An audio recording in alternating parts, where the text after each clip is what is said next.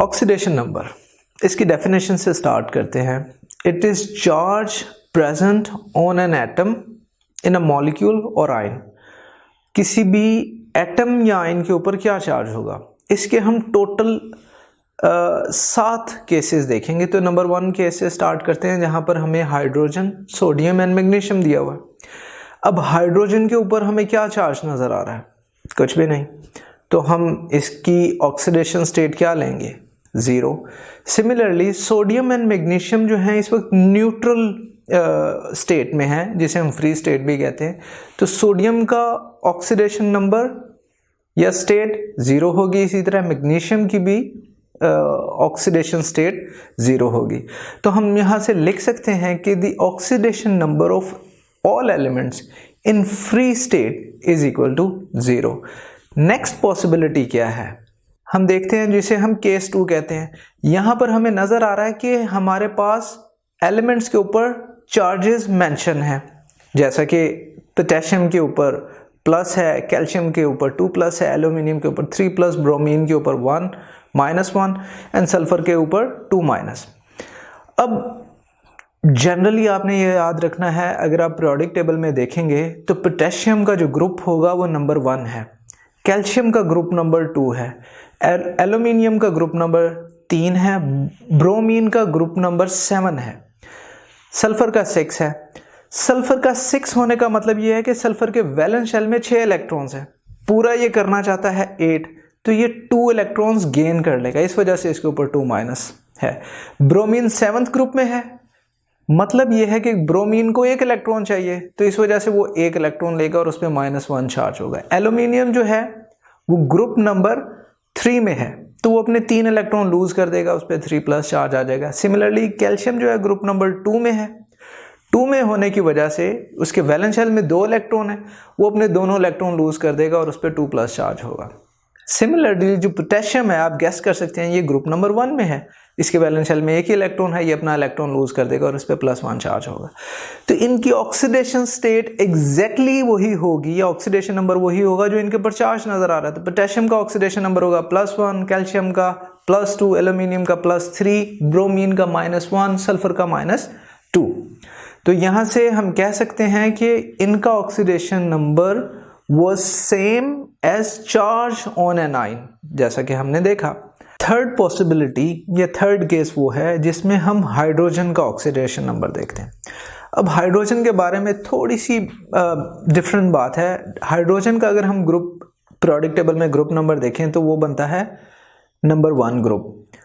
Number 1 group होने का मतलब ये है कि इसके वैलेंस शेल में 1 इलेक्ट्रॉन है, इसके पास टोटली 1 इलेक्ट्रॉन है, तो ये अपना वैलेंस शेल कंप्लीट करने के लिए या तो अपना वाहिद इलेक्ट्रॉन लूज कर सकता है या एक और इलेक्ट्रॉन गेन कर सकता है अपना पहला शेल कंप्लीट करने के लिए, क्योंकि पहले शेल में इसे सिर्फ 2 इलेक्ट्रॉन्स की जरूरत है। तो आपने एक बात याद रखनी है कि हाइड्रोजन जब भी किसी मेटल से रिएक्ट करेगा, वो भी हाईली रिएक्टिव मेटल जैसे कि सोडियम या मैग्नीशियम, तो ये इलेक्ट्रॉन गेन कर लेगा। गेन करने की वजह से इसके ऊपर माइनस चार्ज आ जाएगा, क्योंकि इसने 1 इलेक्ट्रॉन गेन कर लिया।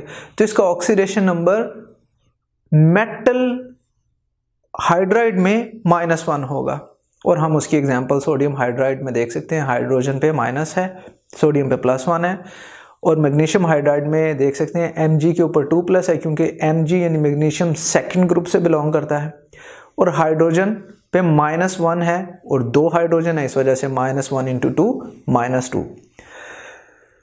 इन मेटल्स के अलावा जब भी ये किसी से रिएक्ट करेगा तो ये 1 इलेक्ट्रॉन जो इसके वाहिद शेल में है उसको लूज कर देगा। लूज करने की वजह से इस पे +1 चार्ज आ जाएगा और इसकी ऑक्सीडेशन स्टेट या ऑक्सीडेशन नंबर +1 होगा।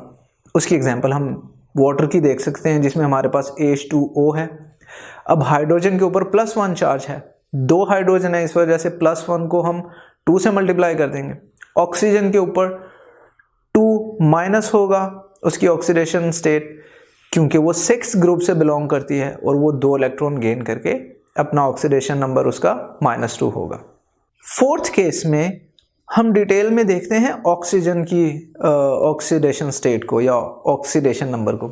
हालांकि आप देखेंगे ऑक्सीडेशन, ऑक्सीजन ये एक दूसरे के बहुत करीब है नाम, वो आप नेक्स्ट टॉपिक में आगे हम बताएंगे ऑक्सीडेशन को ऑक्सीडेशन क्यों कहते हैं।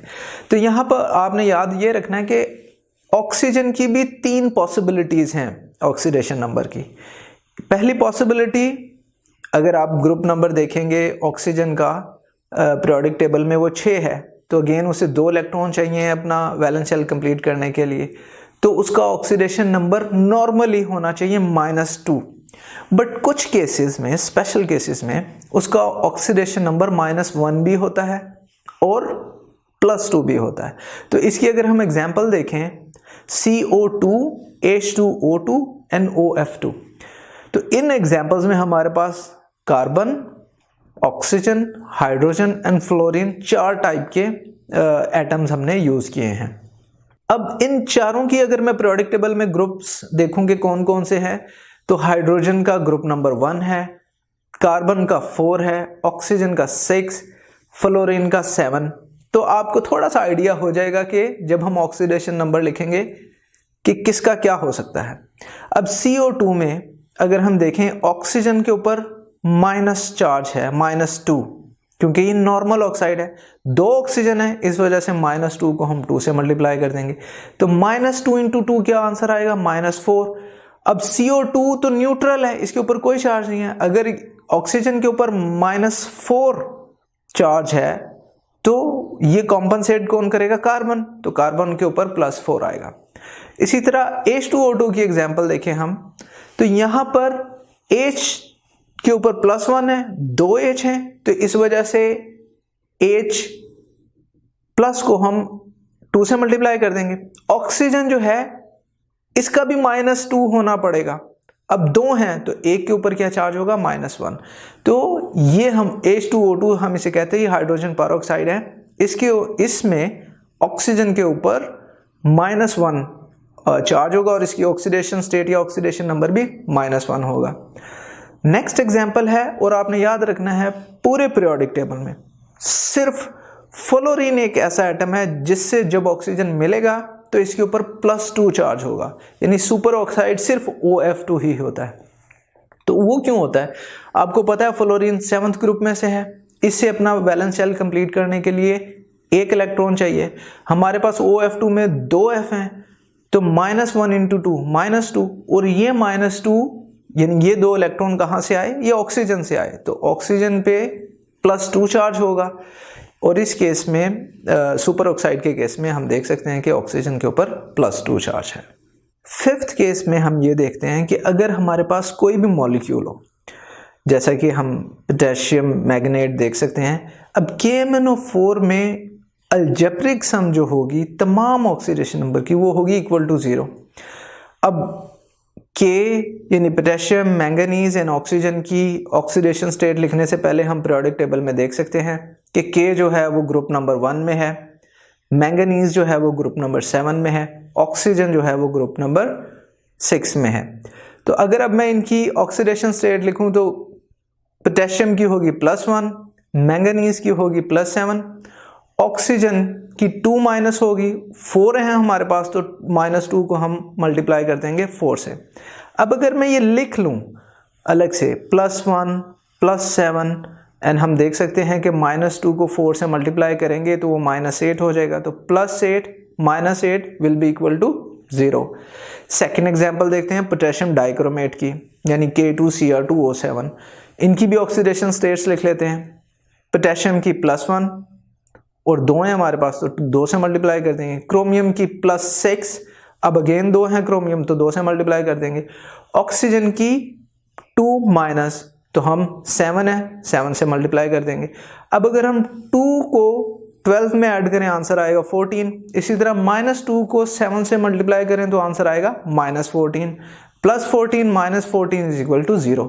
इसी वजह से हम देख सकते हैं कि जो भी न्यूट्रल मॉलिक्यूल होगा इसकी ऑक्सीडेशन स्टेट्स को ऐड करेंगे तो आंसर आएगा 0। 6th केस में हम ये देखते हैं, अगर हमारे पास मॉलिक्यूल के बजाय कोई आयन हो, जैसा कि हम देख रहे हैं NO3- हमने एग्जांपल ली।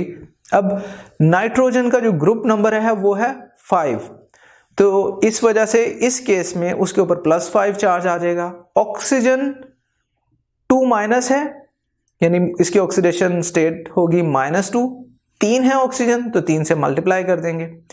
अब +5 और -2 को जब 3 से मल्टीप्लाई करेंगे आंसर आएगा -6। इन दोनों का डिफरेंस लेंगे तो आएगा -1।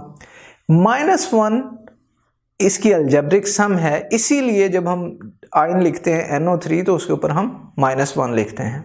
नेक्स्ट एग्जांपल हम Cr2O2- की देखते हैं। इनकी भी ऑक्सीडेशन स्टेट्स अगर हम लिख लें तो क्रोमियम की +6 है, 2 है, 2 से मल्टीप्लाई कर देंगे।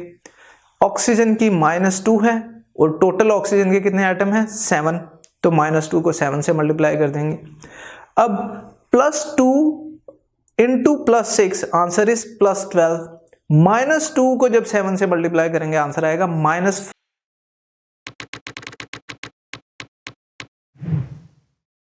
अगर आप ये लेक्चर कंप्लीट देखना चाहते हैं और उसके साथ साथ हजारों MCQs और उनकी एक्सप्लेनेशंस चाहते हैं तो अभी कृपया गूगल प्ले स्टोर पे जाइए और डाउनलोड कीजिए ऐप हिप्पो ई-लर्निंग प्रोग्राम। खुद भी इसे इस्तेमाल करें और इसके साथ साथ अपने फ्रेंड्स और अपने क्लास फेलो को भी अनुशंसा करें। And don't forget to like this video and subscribe to our channel. धन्यवाद।